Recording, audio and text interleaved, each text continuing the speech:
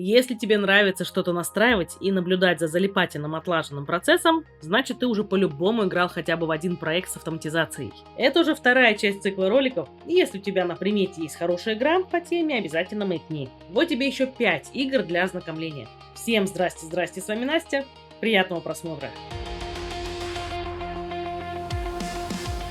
Skyformer.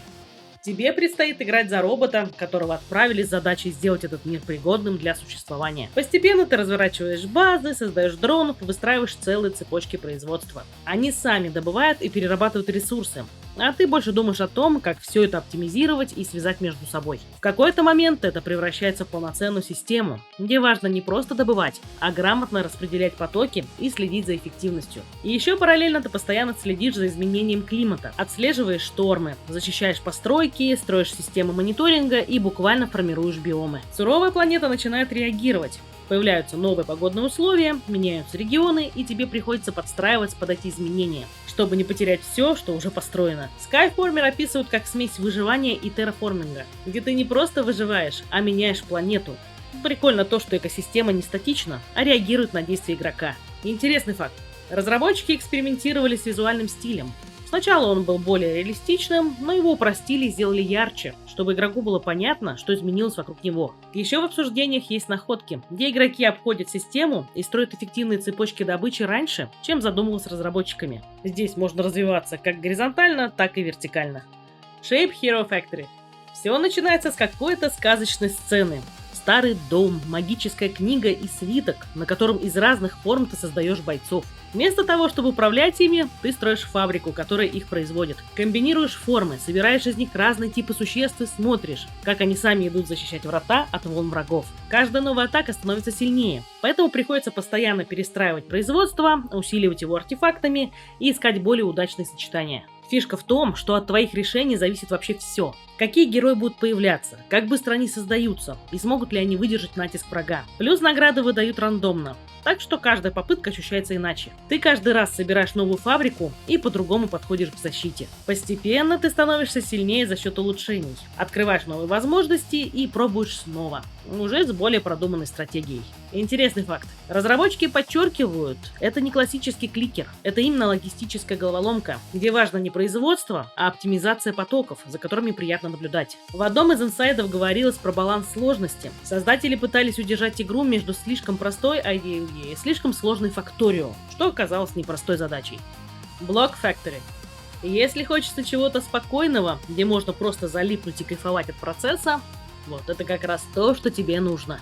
Ты занимаешься тем, что собираешь милые трехмерные фигурки из деталей с помощью созданной тобой фабрики. Сначала придумываешь, что вообще хочешь создать, а потом выстраиваешь под это производство. Укладываешь, красишь, режешь, склеиваешь детали и настраиваешь конвейеры так, чтобы все собиралось красиво и без лишней суеты. Постепенно открываются новые способы обработки, и ты начинаешь делать все более сложные и интересные штучки. В игре нет спешки. Можно спокойно сидеть, настраивать процессы, переделывать, если что-то не нравится, и просто ожидать, что из этого получится. А потом делишься результатом с другими игроками, если захочешь.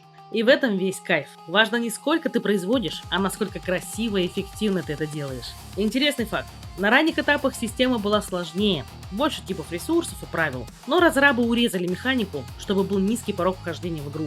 И еще долго тестировали скорость конвейеров. Оказалось, что даже небольшое ее изменение полностью меняет ощущение от игры и сложность оптимизации. Игра остается интересной как новичкам, так и ветеранам жанра. Craftomation 101 – Programming and Craft.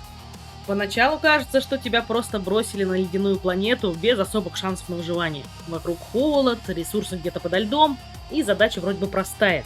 Сделать это место пригодным для жизни, как и всегда. Но довольно быстро понимаешь, что делая все в ручку, результата не получишь. И все начинает крутиться вокруг маленьких роботов. Ты учишь их работать через визуальное программирование. Задаешь им действия, настраиваешь цепочки и постепенно превращаешь простые команды в полноценные процессы. Они добывают ресурсы, крафтят инструменты, плавят лед, сажают деревья и со временем начинают обеспечивать сами себя, если все правильно настроено. Постепенно это вырастает в систему, где роботы уже не просто помогают, а фактически берут на себя всю работу. Ты добавляешь новых, улучшаешь их и выстраиваешь логическую сеть, которая в итоге способна терраформировать целую планету без постоянного вмешательства. И когда хочешь начать заново, можешь генерировать новую планету с другими расположением ресурсов и условий, где ты снова все делегируешь на роботов. Интересный факт. Прикол в том, что всю планету можно изменить вручную. Ну, на это потребуется больше 9000 лет. Поэтому игра прямо подталкивает тебя не мучиться, а все автоматизировать. Суть проекта – это обучение программированию через геймплей. Игрок не крафтит руками, а пишет логику для роботов. Язык программирования в игре специально упростили, чтобы он выглядел как визуальный конструктор, чтобы не спугнуть игроков.